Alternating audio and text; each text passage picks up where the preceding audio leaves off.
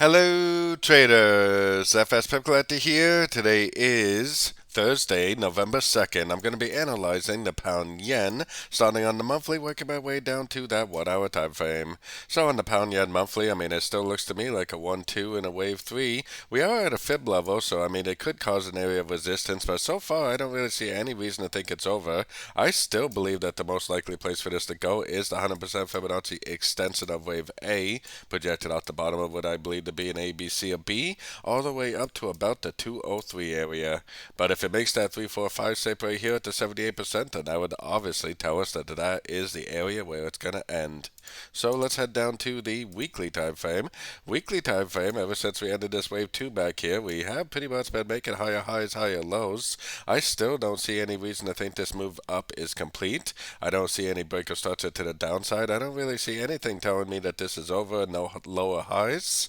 So I am still very bullish on this. I do think there's a good chance that it will break above this level and go up to that level I was showing on the monthly time frame. So going down to the daily time frame. On the daily time frame, we've been looking at this for a few weeks now, saying that it could turn into an A, a B, and then go down for a wave C.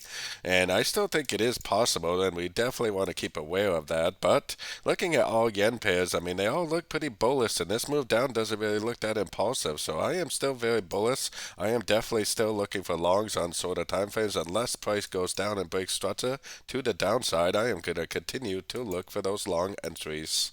So going down to the 4 hour time frame is where I got my Fibonacci retracement on here. I am definitely looking for 3 waves down and impulsive up.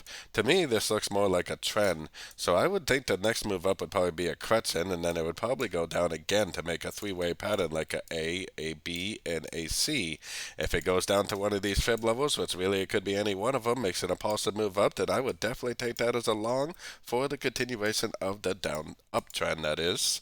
So going down to the 1 hour time frame, it looks very clearly to be a 1, 2, 3, 4, 5 right here.